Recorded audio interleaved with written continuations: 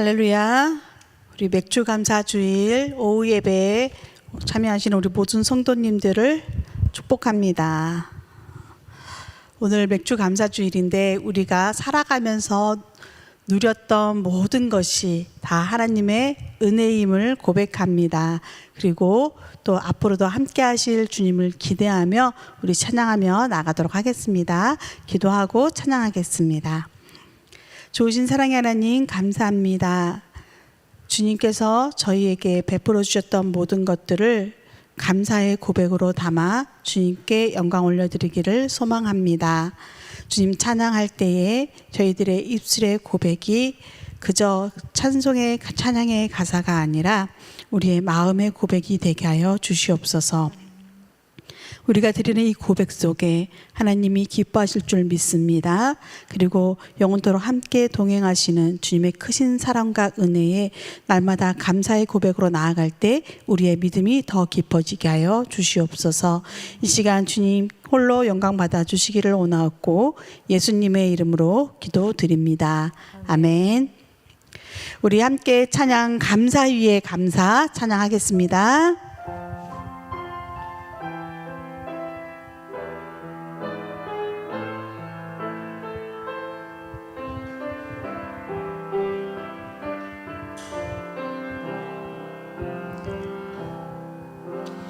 겸손히 올리는 나의 기도 간구보다 감사를 드립니다. 응답하심도 거절하심도 기다리라 하심도 그저 감사. 겸손히 올리는 나의 기도 겸손히 올리는 나의 기도 간구보다 감사를 드립니다. 응답하심도 거절하심도 기다리라 하심도 그저 감사 위에 감사를 감사 위에 감사를 덮을 때 은혜 위에 은혜가 쌓이네. 모든 일에 감사 모든 순간에 그리 아니하실지라도 간절히 올리는 간절히 올리는 나의 기도 간구보다 감사를 드립니다.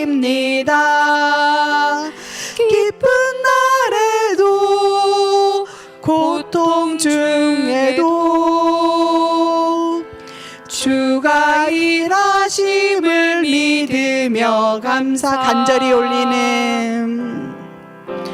간절히 올리는 나의 기도 간구보다 감사를 드립니다. 기쁜 날에도 고통 중에도 주가 일하심을 믿으며 감사 위에 감사를 덮을 때 은혜 위에 은혜가 쌓이네.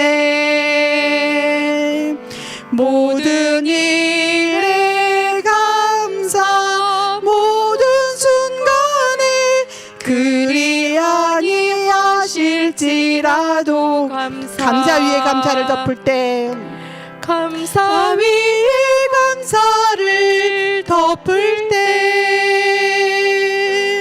은혜 위에 은혜가 쌓이네. 모든 일에 감사 모든 순간에 감사할지라도. 우리 간절히 올리는 나에게도 다시 한번 부르겠습니다. 간절히 올리는 나의 기도 간구보다 감사를 드립니다. 기쁜 날에도 고통 중에도 주가 일하심을 믿으며 감사 위에 감사를 덮을 때 감사 위에 감사를 덮을 때 은혜 위에 은혜가 쌓이네. 모든 일에 감사 모든 순간에 그리 아니하실지라도 감사 위에 감사를 감사 위에 감사를 덮을 때 은혜 위에 은혜가 쌓이네.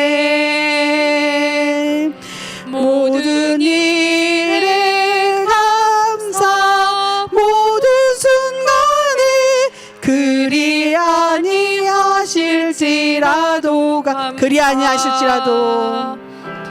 그리 아니하실지라도 감사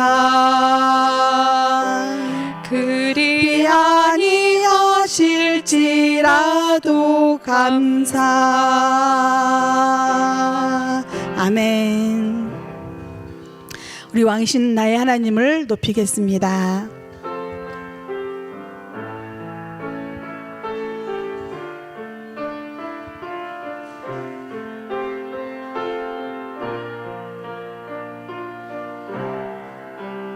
손을 들고 찬양해 볼까요?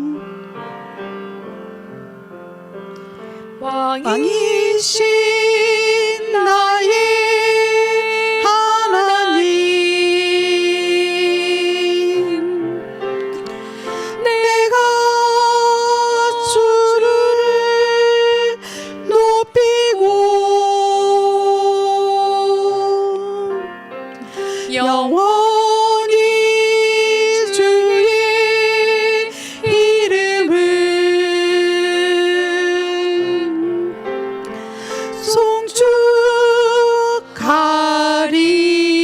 송축하리이다. 왕이신 나의 하나님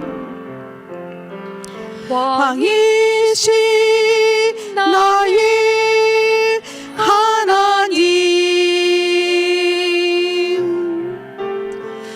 내가 주를 높이고 영원히 주의 이름을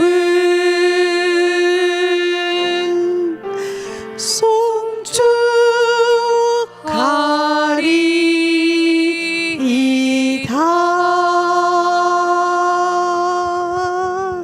아멘. 우리 시간 마음을 모아 함께 기도하기를 원합니다. 지금까지 함께 하신 주님께 감사하며 우리의 왕 되신 주님을 높이며 믿음으로 나아가는 우리 모든 성도가 되게 하여 주시옵소서. 오늘 구약 성경 공부를 통하여서 하나님의 역사하심과 깊으신 뜻을 깨닫고 주님의 사명을 감당하는 교회가 되게 하여 주시옵소서. 한 마음으로 기도하며 나가겠습니다. 사랑의 하나님 아버지 감사합니다. 하나님 오늘 맥주 감사 주의를 저희에게 허락하여 주시고 지금까지 베풀어 주신 은혜를 기억하게 하여 주심에 감사드립니다. 어느 한순간도 어느 한 시간도 주님과 동행하지 않은 적이 없사오나 저희들은 그것을 깨닫지 못하고 하나님께 감사하는 삶을 잊고 살았습니다. 주님 저희들의 허물을 사하여 주시옵시고 이제 주님께서 베풀어 주신 그 사랑과 은혜를 날마다 기억하며 감사의 고백을 담아 나아가는 저희 모두가 될 수 있도록 주님 함께하여 주시옵소서. 저희들이 날마다 감사의 찬양을 올려드릴 때 감사의 고백을 주님께 올려드릴 때에 저희들의 믿음은 더 깊어지는 줄 믿습니다. 주님과 동행하는 삶 가운데서 날마다 주님을 의지하고 붙잡고 나아가며 함께 하시는 그 은혜를 잊지 않고 우리의 다음 세대까지 주님의 크신 사랑을 전할 수 있는 우리 모두가 될 수 있도록 주님 함께하여 주시옵소서. 이 시간에 구약 성경 공부를 통하여서 저희들이 하나님의 깊으신 뜻을 깨닫고자 합니다. 하나님의 마음을 알고자 합니다. 하나님 그 속에 역사하시는 하나님의 깊으신 뜻과 그 사랑을 다시 한번 깨닫는 시간 되게 하여 주옵시고, 그 말씀들을 통하여서 오늘 저희에게 주시는 사명이 무엇인지를 깨닫고 그것을 실천해가는 우리 모두가 될 수 있도록 하나님 역사하여 주시옵소서.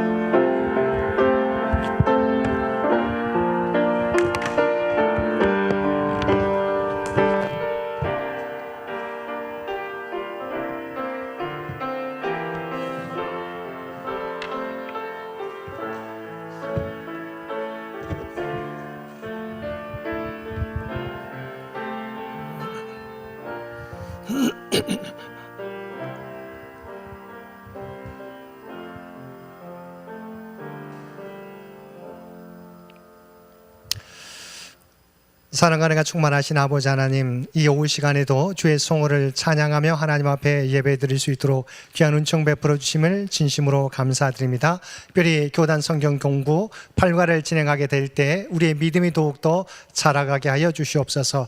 야곱이 속이는 자였다가 주님을 만남으로 이스라엘로 변화되었던 것처럼 우리의 삶도 아버지 하나님 개인적인 삶에서 이제는 하나님 안에서 그리스도 안에서 새로운 거룩한 주님의 백성으로 거듭날 수 있는 우리 모두가 되게 하여 주옵소서. 특별히 하반기를 새롭게 시작할 수 있도록 인도해 주시니 진심으로 감사드립니다. 하반기도 오직 하나님을 의지하며 하나님의 인도하심에 순종함으로 하나님의 뜻과 영광을 드러낼 수 있는, 또한 우리 청년교회가 더욱더 부흥하고 성장하는 하나님의 기뻐 받으시는 복된 재단이 될 수 있도록 주께서 역사하여 주옵소서. 이 시간도 우리 주님께서 친히 이 자리 가운데 임재해 주시고 우리의 예배를 받아 주시기를 원하오며 우리를 구원하여 주신 예수님의 이름으로 간절히 기도드리옵나이다. 아멘. 우리에게 주신 하나님의 말씀 창세기 25장 31절에서 34절까지 말씀입니다. 창세기 25장 31절에서 34절까지 우리 주신 말씀 한 절씩 교독합니다. 31절에서 34절까지 한 절씩 교독합니다. 야곱이 이르되 형의 장자의 명분을 오늘 내게 팔라.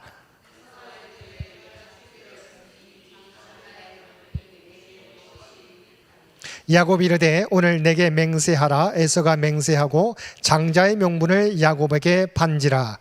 야곱이 떡과 팥죽을 에서에게 주매 에서가 먹으며 마시고 일어나 갔으니 에서가 장자의 명분을 가볍게 여김이었더라. 아멘.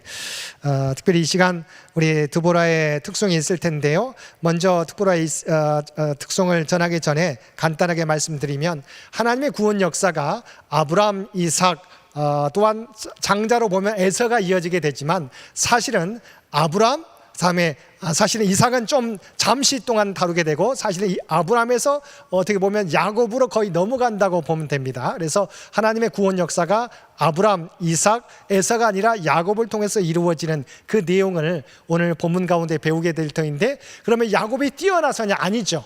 야곱이라는 이름 속에서 야곱은 속이는 자예요. 그럼에도 불구하고 하나님의 축복의 계보, 구원의 계보가 아브람에서 야곱으로 변화되게 된 데는 야복강가에서 하나님을 만나고 그의 삶이 소유해서 하나님 앞에서 새롭게 변화된 존재로 변화되기 때문이라고 하는 것이 오늘 주제입니다. 그래서 오늘 혹시 찬양하고 가실 분도 있기 때문에 간단하게 말씀을 드렸습니다. 이제 이 시간 우리 드보라의 회원들 나오셔서 특송해 주시겠습니다.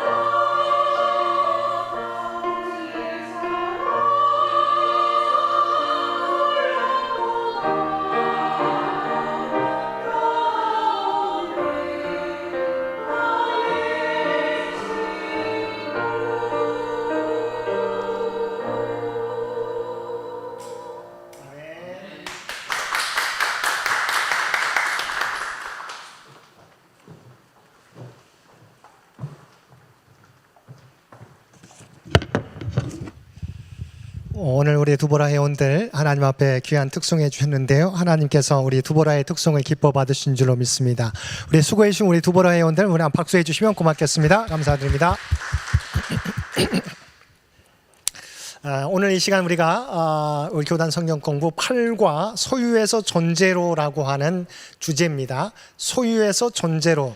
그래서 우리가 하나님의 구원 역사의 계보에서 아브라함, 이삭, 야곱으로 넘어가는데 그 중심에 오늘은 이제 야곱에 대해서 배울 겁니다. 그래서 야곱이 어떤 삶을 살았느냐, 우리가 잘 알고 있는 속이는 자, 정말 그 둘째로 쌍둥이 동생으로 태어났지만 장자권이 엄청나게 컸거든요. 그 장자권을 빼앗기 위해서 팥죽으로 형을 우리가 매수하기도 하고, 또는 아버지와 형을 속여서 장자의 축복권도 빼앗았던 삶. 근데 그 삶이 과연 행복했느냐?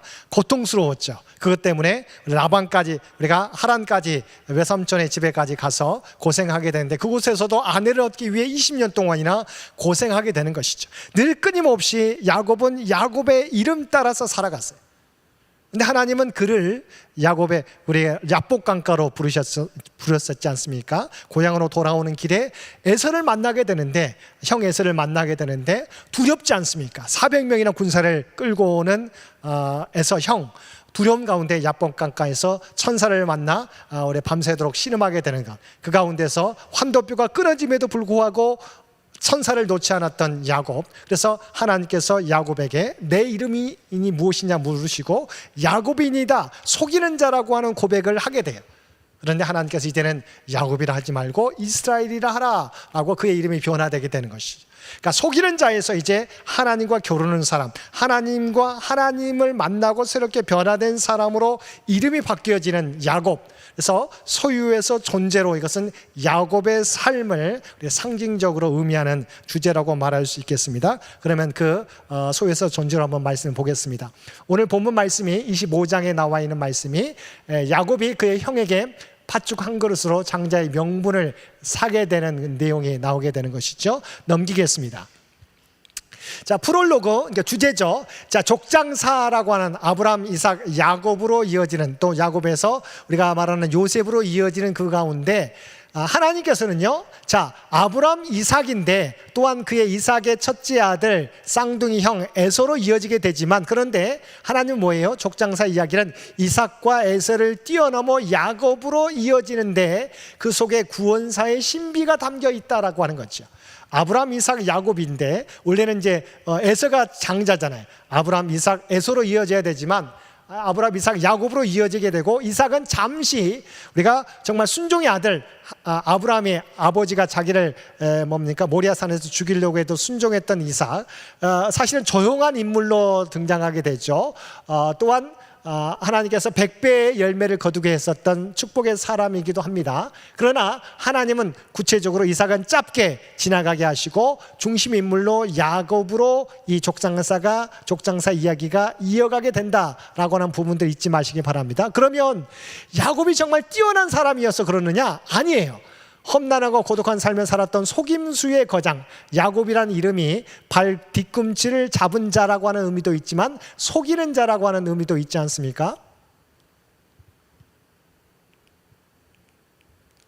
예, 죄송합니다. 예. 그래서 야곱이 구원사의 축이 된 것은 바로 수수께끼라고 하는 것이죠.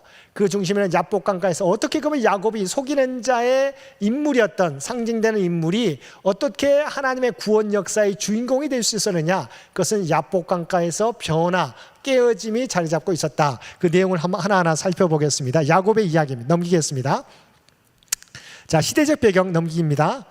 우리가 잘 알고 있는 것처럼 갈대아 우르에서 하란으로 이동하고 우리가 가나안 땅으로 오게 되는데, 이 사실은 야곱이 이삭의 아들로서 거했던 곳이 부엘세바입니다. 그래서 우리가 형을 속이고 아버지를 속여서 도저히 살 수 없어서 외삼촌 라반의 집 하란, 밧단 아람이 있는 큰 도시의 큰 지역의 하란이라는 도시로 이동하게 되는 내용이죠. 넘기겠습니다. 그래서 이동은 여기서 우리가 부엘세바에서 우리가 하란을 향해서 나아가게 되는데 성경에 보면 루스라는 곳에 머물게 되죠. 돌베개를 베고 자게 될 때 하늘로 이어지는 사닥다리 가운데 하나님 천사를 오르락내리락 하고 하나님께서 야곱에게 찾아왔던 그것을 이제 야곱이 베델, 하나님이 여기 계신 것을 내가 알지 못했다 해서 루스였는데 베들로 이름을 바꾸게 되는 것이죠. 하란까지 가게 되는데요. 그러면서 돌아오게 될 때 라못 길랏, 그 다음에 분이엘에서 우리가 씨름하게 됐죠. 이거 말했던 야복 강가에서, 그 다음에 세겜으로 이동하게 되고 다시 세겜에서 세겜의 아들을 우리가 세겜을 실제적으로 자기 이복동 디나를, 여동생 디나를 겁탈한 세겜을 몰살하게 되는 내용, 그래서 그 이후에 베델로 다시 야곱이 돌아오게 되는 내용, 그 여정이 담겨져 있습니다. 자, 넘기겠습니다. 뭐 옛날에 이 도로들을 한번 살펴보시면 쉽지 않다는 거죠. 네. 바단 아람이라고 하는 것은 그러니까 하란 지역의 큰 어떤 아람에 속한 공동체라고 말할 수 있겠습니다. 바단 아람 속에 하란이라는 도시가 있습니다. 바단 아람의 고대 유적지 넘기겠습니다. 오늘날 그 마을이 있죠. 넘기겠습니다. 그 마을들 네 넘깁니다. 그러니까 이 족장 시대는 우리가 시대적으로 보게 되면 중기 청동기 시대, 우리가 아브라함 때도 BC 2000년, 우리가 실제로 2000년에서 1500년까지 모세까지 그 이전의 삶이 있죠. 기름진 초승달 지역의 배경이고, 이 동방 지역, 바벨론 지역과 이집트 지역 있죠. 이집트 지역. 이 나라가 이미 중심지를 이루고 있고 왕제도, 법과 제도, 국제교역이 활발했다라고 하는 부분들, 야곱과 외삼촌의 계약들도 이러한 주변의 상황들을 반영한 것이라고 말할 수 있겠습니다. 넘기겠습니다. 여기 바벨론 지역, 그다음에 애굽 지역 넘깁니다. 네, 애굽 지역 넘기겠습니다. 이집트가 당시에 우리 제2 중간기로서 15왕조 히소스가 이집트를 다스리던 시대였다. 우선 넘깁니다. 네, 그 시대적 배경을 살펴보았고요. 이제 말씀으로 돌아가면 이제 야곱의 이야기입니다. 첫 번째, 에서와 야곱 이야기라고 하는 것이죠. 첫째, 이삭의 아들 장자는 에서와 둘째는 야곱인데 쌍둥이였다. 넘깁니다. 이 팔레스타인 남쪽이 부엘세바, 우리가 이스라엘의 경계선을 말할 때 잘 알고 있지만 부엘세바와 단까지라고 이야기하지 않습니까? 남쪽 지역이 부엘세바죠. 그런데 이 에서와 야곱의 이야기도 이 부엘세바가 주 무대라고 말할 수 있겠습니다. 우리 쌍둥이 형제는 에서와 야곱의 싸움 모태에서부터 시작되었죠. 그래서 야곱은 형의 발 뒤꿈치를 잡고 태어났다. 그러니까 기질 자체가 지기를 싫어하는 성격, 그래서 지지 않으려고 발 뒤꿈치를 잡고 태어난 이름이죠. 그래서 야곱이 발 뒤꿈치를 잡고 나온 자, 그다음에 속이는 자라고 하는 이름, 두 가지 의미가 있습니다. 그런데 이러한 어떤 야곱의 기질과 더불어서 사실은 에서와 야곱의 갈등 구조는 사실은 이삭과 리브가의 아버지와 엄마의 편애가 사실은 문제로 자리 잡고 있었다. 넘기겠습니다. 그래서 우리가 에서라고 하는 장자는 뭐예요? 좀 활달해요. 소탈하면서 남자다운 기질, 어떻게 보면 우리가 남성적인 성격은 에서라고 말할 수 있습니다. 사냥을 즐기는 거죠. 남자다운 사냥을 즐기는 성격, 어쩌면 태토적인 성격이 에서고, 우리가 에겐남이라고 하는, 우리가 말하는 야곱은 좀 에겐적인 좀 성향이 있죠. 야심적이긴 한데 야비한 성격의 소유자이고, 주로 엄마와 함께 집에 보내는 전형적인 마마보이였지만 그러나 야심 있는 사람이에요. 형의 장자권을 차지하려고 기회만을 노렸던 사람이 야곱. 그러니까 태토성의 남성적인 성격에 에서, 좀 여성적인 성격의 야곱, 그러나 야심가는 야곱이었다. 넘깁니다. 그래서 사실은 동생으로 태어났지만 항상 장자라고 하는 것이 그 몇 분 차이였지만 너무도 중요해요. 장자의 고난은 매우 컸는데 부친으로부터 축복과 고난을 부여받았다. 그 다음에 다른 형제에 비해서 2배의 유산을 장자가 받게 돼요. 그러니까 사실 에서는 그러한 원래 권위가, 자리가 주어져 있죠. 넘깁니다. 그런데 이렇게 장자권은 가문을 대표하는 특권이고 가문을 지켜야 하는 책임이 장자인데, 이 에서는 뭐예요? 배고픔 때문에 장자권을 그냥 팥죽 한 그릇에 팔아넘긴 무책임한 사람이었다는 거예요. 결과적으로 이 장자권을 소홀히 여겼어요. 구원의 계보를 포기한 세속적 인간의 모습을 보게 되는데, 그래서 에서가 장자였지만 구원의 계보에서 에서가 아니라 야곱이 될 수밖에 없었던 이유이기도 하다는 것이죠. 책임과 소명을 소홀하게 여긴 것이 문제였다. 넘깁니다. 잘 알고 있는 것처럼 야곱은 팥죽 한 그릇으로 에서의 장자권을 손에 넣었다. 그래서 이걸로 말미암아 장자권은 뿐만 아니라 장자권만 빼앗은 것이 아니라 아버지 이삭으로부터 장자에게 내려진 축복을 아버지를 속여서 받게 돼서 형 에서와 야곱은 온수가 된 것이죠. 그 이후 야곱은 우리가 함께 살아갈 수 없어서 외삼촌 라반의 집을 찾아서 하란으로 떠나게 되는 것이죠. 그래서 두 형제의 싸움은 이 욕망과 시기, 장자권을 뺏으려고 오는 동생 야곱의 욕망과 시기로 시작되었지만, 그러나 여기에는 이삭과 아빠와 엄마의 편애가 자리 잡고 있었다. 넘깁니다. 자, 그런데 우리가 이삭이 사실은 아버지 이삭에 대한 내용은 성경에서 아주 많지 않아요. 분명히 이삭도 믿음의 사람이지 않습니까? 하나님 앞에 100개의 축복도 받았던 사람, 순종의 사람으로 여겨지는 사람인데, 보게 되면 이제 24장에 보면 이삭의 결혼 이야기가 나오게 됩니다.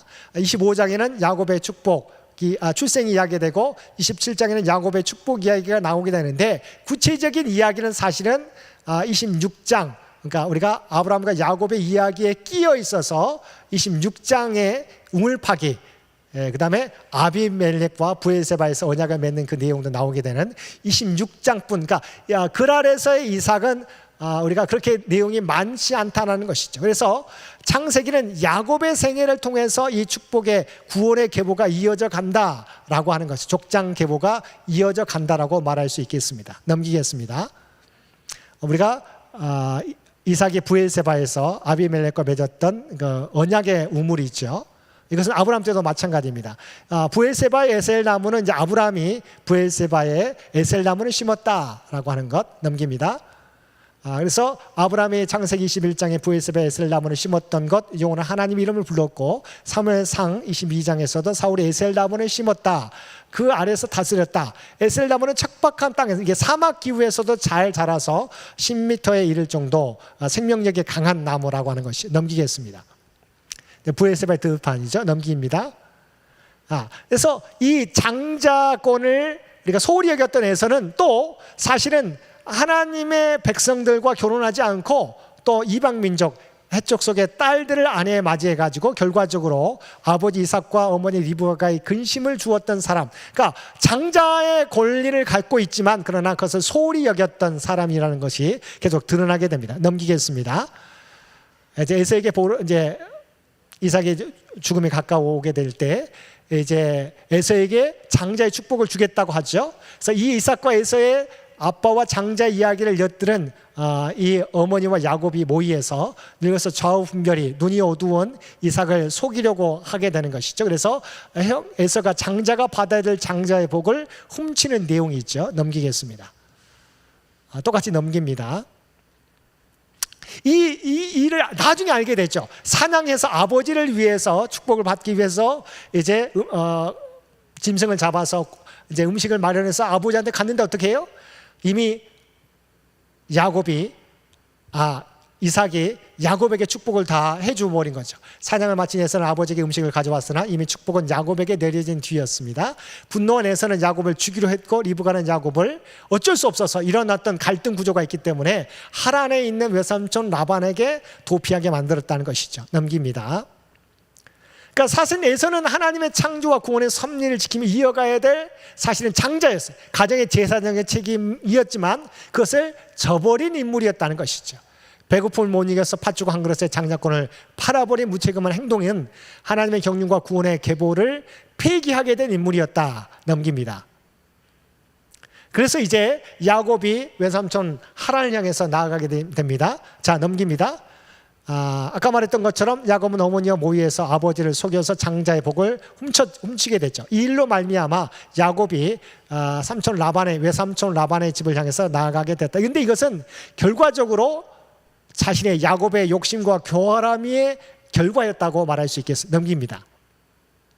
자, 그래서 그가 아까 지도에서 봤던 것처럼 부엘세바에서 저 멀리 하란까지 올라가는 도중에 이 원래는 루스였죠. 루스에서 이제 밤이 깊어가니까 돌베개를 베고 잠을 자게 되는데 하늘로 땅에서 하늘까지 있는 사닥다리에 천사들이 오르락내리락 하면서 하나님이 야곱에게 말씀하셨죠. 그래서 베들에서 야곱에게 나타나신 하나님은 어떻게 해요? 나는 아브라함과 이삭의 내 아버지, 할아버지와 아버지 아브라함 이삭의 하나님이다. 네가 어디로 가든지 너를 지키며 인도해 주실 것을 이 야곱에게 약속해 주시죠. 그래서 야곱은 그곳에 베갯돌로 기둥을 세우고 기름을 부은 후 베델 하나님의 집이라고 하는 하나님의 집이라고 하는 이름을 그곳에 짓게 되죠. 원래는 루스예요. 구분 땅이었잖아요. 그러니까 사실은 성경에 나오는 이름들 루스라고 하는 것은 구분, 야곱의 삶을 상징하는 곳이었는데, 그런데 구분 땅이었는데 그곳에도 하나님이 함께 하셔서 하나님의 집이라고 제단을 쌓게 되었다. 넘깁니다. 이것이 오늘도 남아 있어서 기념하고 있죠. 베델이라고 하는 곳입니다. 넘깁니다. 자, 그것에 우리 성화로 나타낸 야곱의 꿈을, 베델에서 꿈을 성화로 나타낸 글이 있죠. 넘기겠습니다. 그래서 이제 에서의 갈등은 이제 이어지는데 어떻게 이어지냐면 사실은 야곱의 스토리의 중심입니다. 자, 그런데 그 스토리는 에삼촌 라반과의 관계로 이어지게 되죠. 사실은 에서와의 갈등을 피해서 라반으로 가는데, 외삼촌 라반을 향해서 가게 되는데, 자, 아내를 얻게 되는데, 레아와 라헬을 얻기 위해서 사실 20년 동안 외삼촌 집에서 속임을 당하는 고통을 당하게 되죠.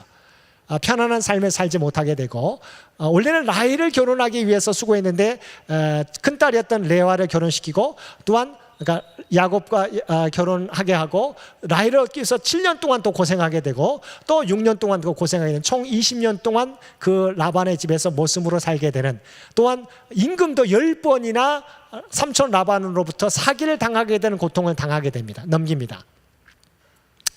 그곳에 갔을 때, 라반의 집에 갔을 때 라헬을 만나는, 우물가에서 하란의 우물가에서 라헬을 만나는 그것은 성경에 나오죠. 넘깁니다.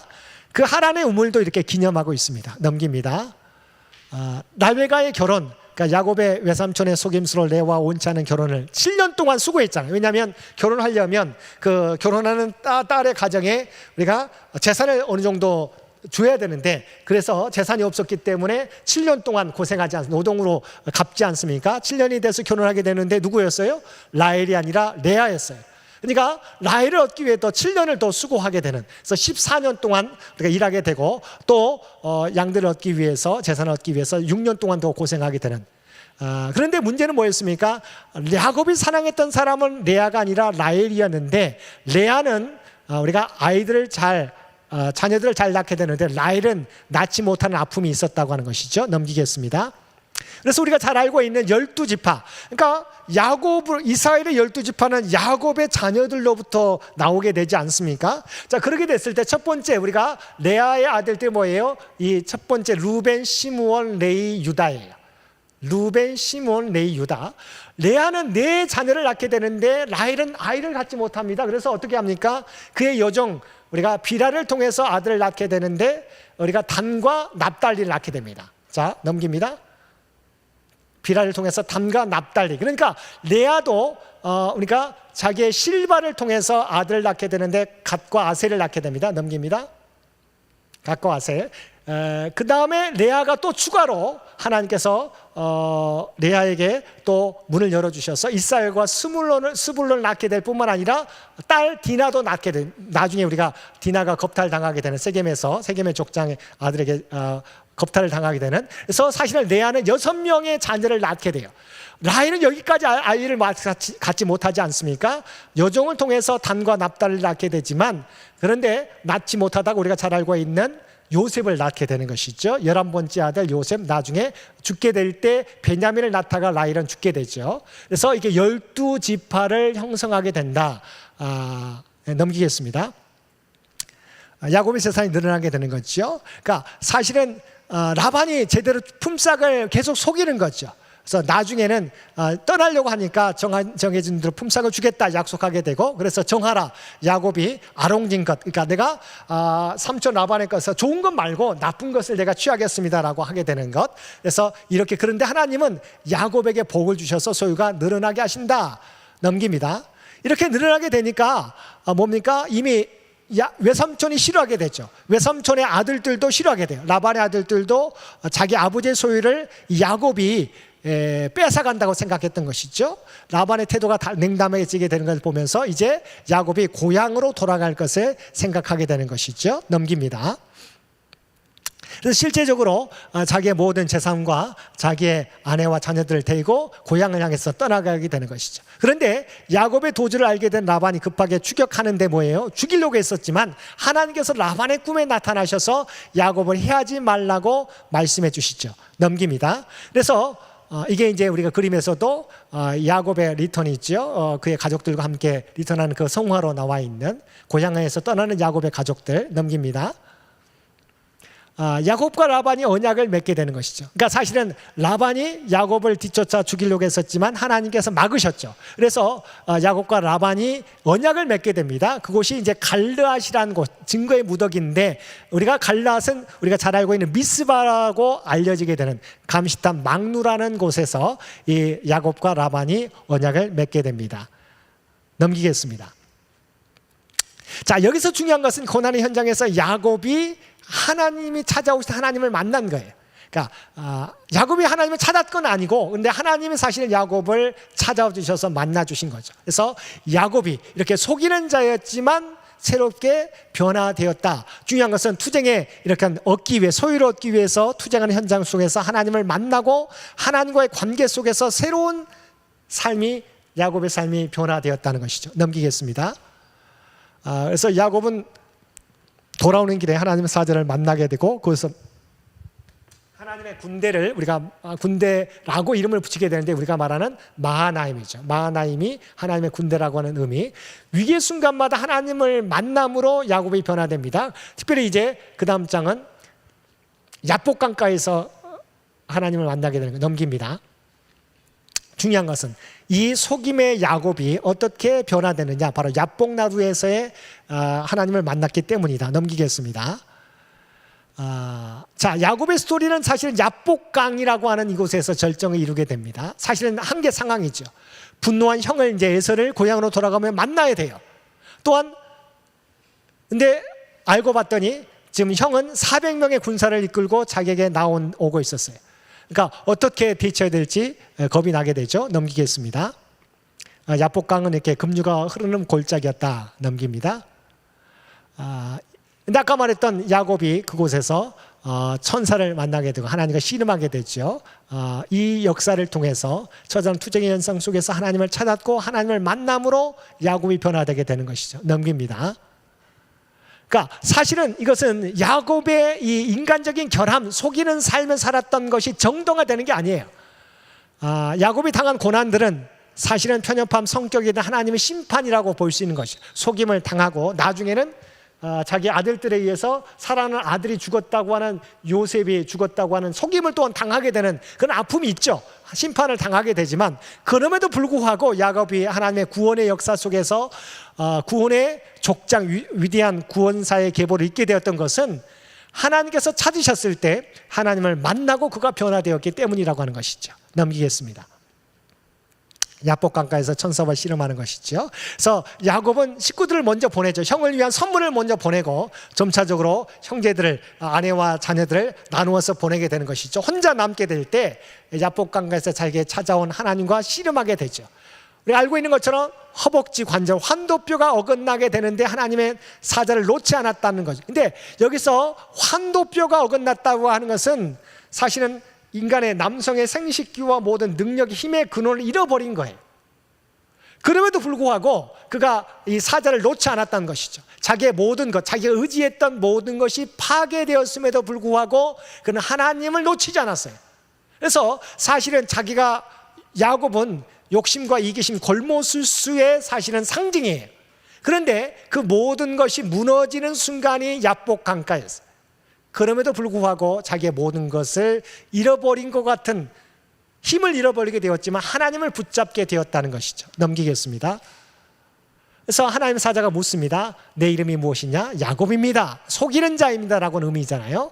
근데 하나님은 사자가 야곱이 아니라 이스라엘이라 부르라 하나님과 겨루어 이긴 자. 그다음에 이스라엘은 바로 12지파, 하나님의 백성의 새로운 이름이라고 하는 것이죠. 그래서 이거 두 가지 의미가 있습니다. 자, 야곱이 야복강가에서 새로운 이름을, 이스라엘이라고 하는 이름을 받았을 뿐만 아니라 야곱이 새로운 존재로 야곱에서 이스라엘로 변화되었을 뿐만 아니라 민족을 이루게 되는, 하나님의 구원의 민족을 이루게 되는 새로운 이름과 민족으로 새롭게 거듭나게 된 것이 야복 강가에서의 싸움이었다. 넘깁니다. 그래서 야곱에게 야복 강가는 새로 태어남의 자리였다. 그래서 환도뼈가 부러지는 상황에서도 축복을 구했던 야곱에게 주신 이름 이스라엘, 이것은 하나님과의 만남을 통해서 소유로부터 이제까지 세상의 것들로 의지했던 야곱이 이제 존재로, 하나님 앞에서의 존재로, 새로운 하나님과의 관계를 중요하는 존재로의 변화, 즉 새로운 또한 하나님의 민족이 변화되는 대전환의 사건이 야복강가에서 사건이었다. 넘깁니다. 야복강가에서 자기의 존재가 무너진 야곱의 삶은 영적으로 새롭게 하나님을 만남으로 새로워졌다. 이름도 바뀌어지게 되었다. 넘깁니다.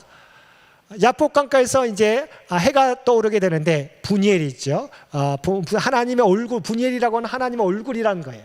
그러니까 이 태양을 보면서 하나님의 얼굴을 우리가 자기가 대면했다고 이야기하게 됐죠. 새로운 태양이 떠오르게 됐고 그 햇살로 기쁨 속에서 걸어가게 되는데, 그러니까 일주를 보게 되는 것이죠. 그런데 왜 기뻤어요?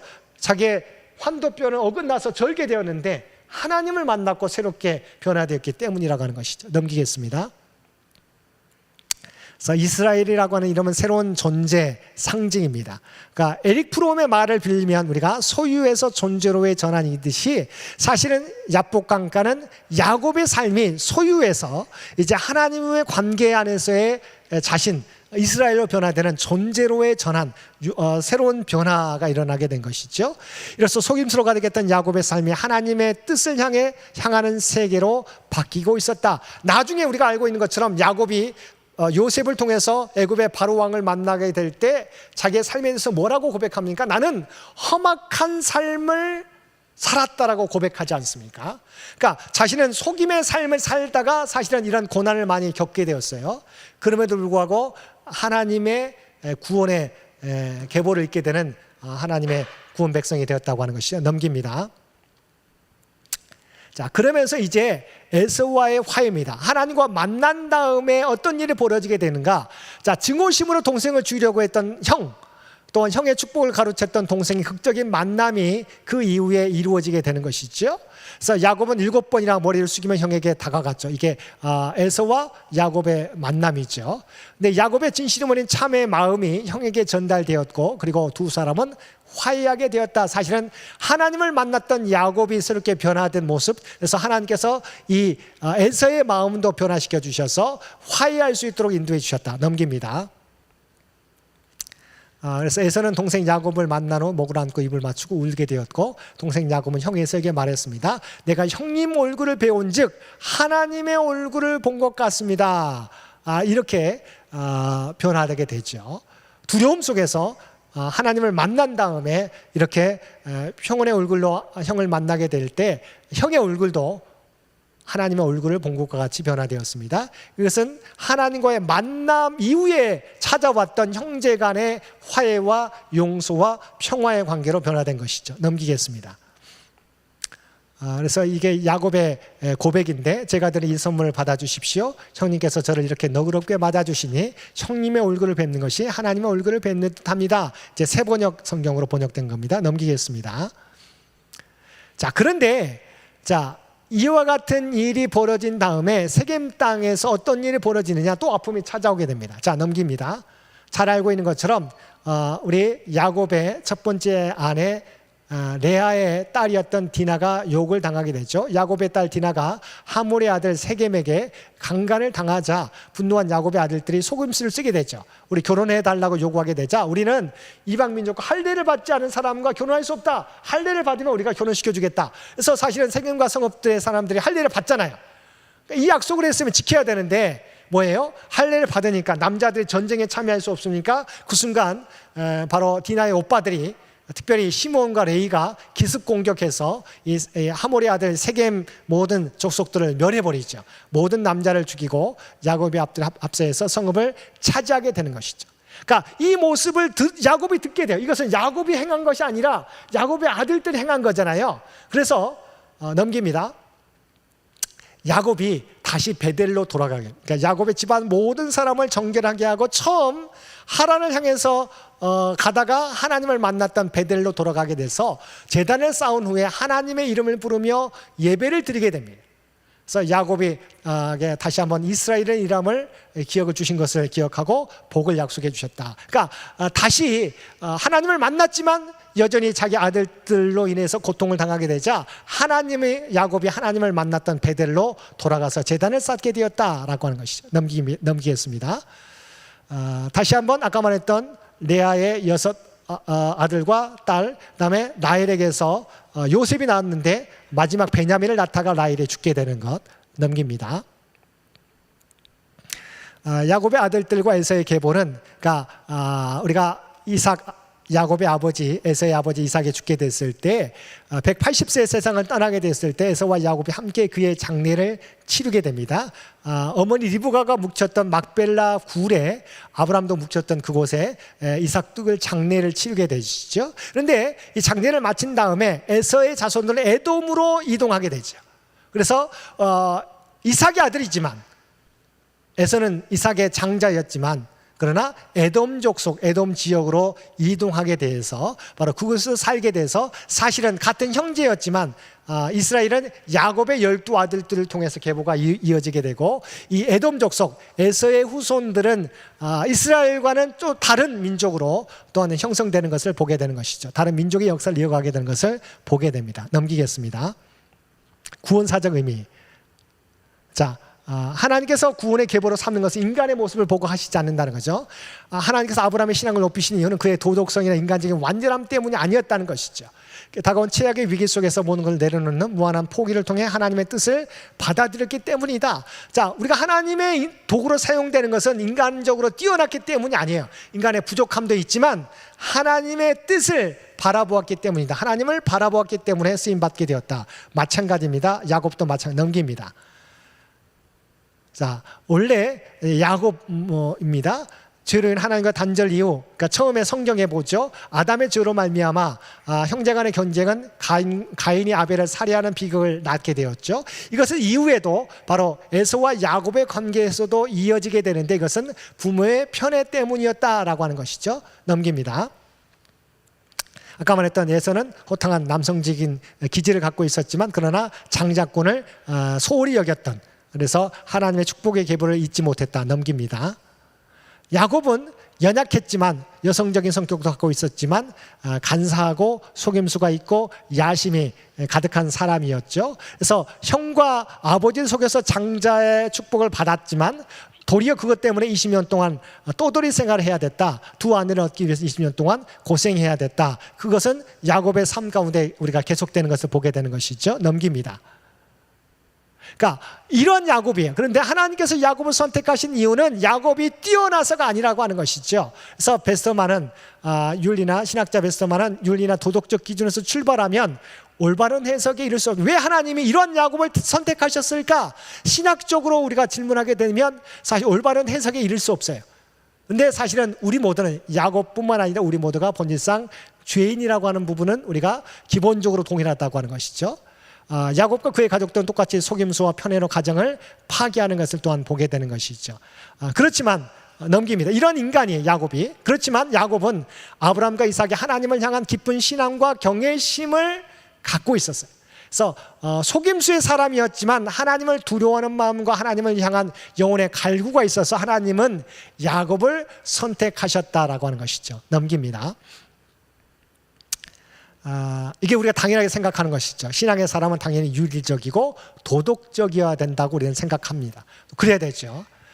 그런데 하나님께서 선택하실 때는 때로는 부족해도 하나님의 사람으로 선택하신다라고 하는 것이죠. 근데 야곱은 그에게 있었던 것은 전생애를 통해서 포기하지 않았던 것은 해바라기가 태양을 바라보는 것처럼 하나님을 바라보는 사람이었기 때문에 야곱이 택함 받게 되었다고 하는 것이죠. 넘기겠습니다. 그래서 야곱은 하나님을 야복강가에서 만남으로, 그러니까 그 전까지는 아내와 자식과 많은 재산을 소유했었지만 소유로서는 채워지지 못했는데 하나님을 만남으로 그는 새롭게 변화되게 되었다는 것이죠. 넘깁니다.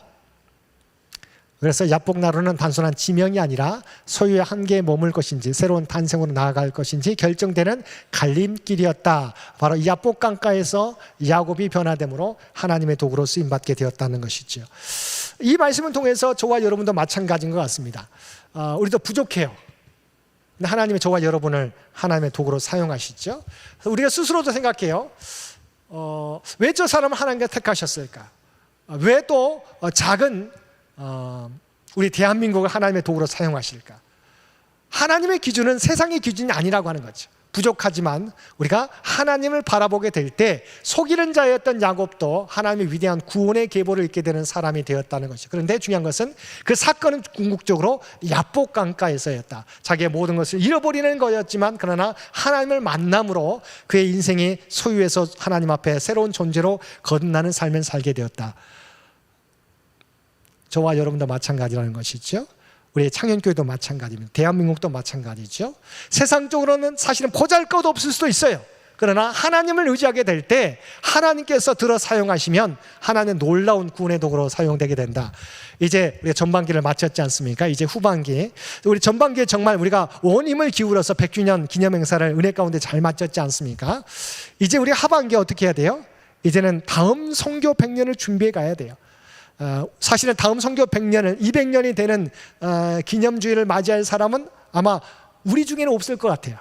그럼에도 불구하고 우리가 해야 할 일은 뭐냐? 우리에게 주어진 길을 감당하는 거고, 신앙은 이어달리기라고 우리가 제가 말씀드리지 않습니까?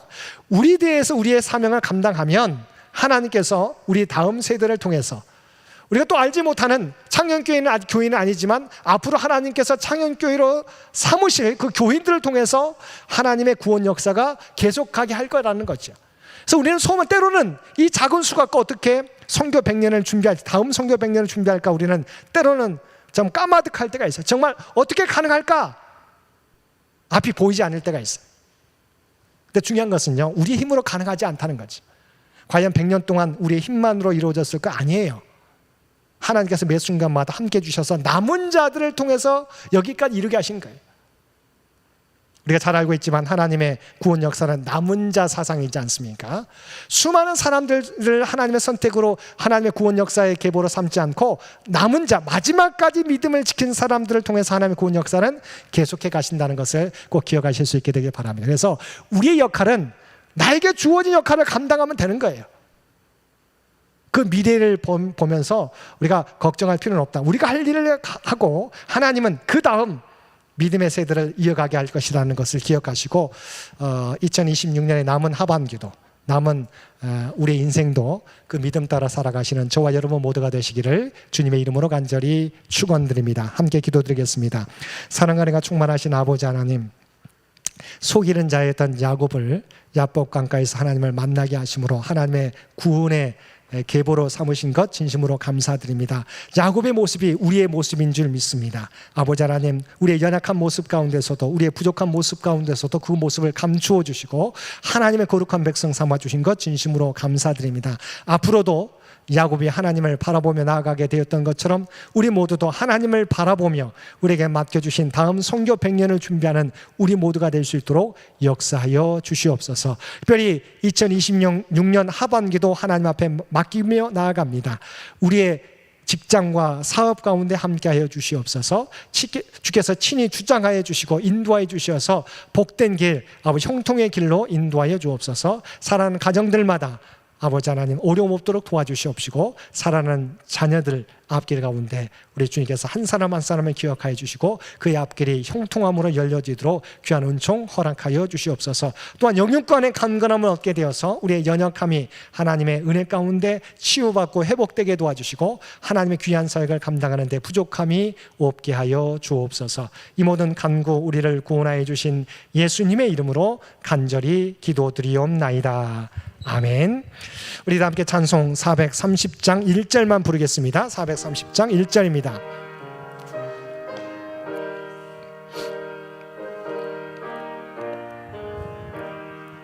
주와 같이 길 가는 것 즐거운 일 아닌가. 우리 주님 걸어가신 발자취를 밟겠네. 한 걸음 한 걸음 주 예수와 함께 날마다 우리 걸어가리. 이제는 우리 주 예수 그리스도의 은혜와 아버지 하나님의 극진하신 사랑하심과 성령님의 세상 끝날까지 우리와 함께 하시며 동행하시는 놀라운 교통의 역사가 오늘 주신 말씀을 따라 야곱이 소유에서 하나님을 바라봄으로 새로운 존재로 거듭나게 되었던 것처럼 우리의 2026년 하반기도 남은 인생도 오직 하나님을 바라보며 나아가겠노라고 결단하며 세상 가운데 나아가는 사랑 주의 백성들과 그의 가정과 산업의 터전 위에 이제로부터 영원토록 함께 해주시기를 우리 주 예수님의 이름으로 간절히 축원하옵나이다. 아멘.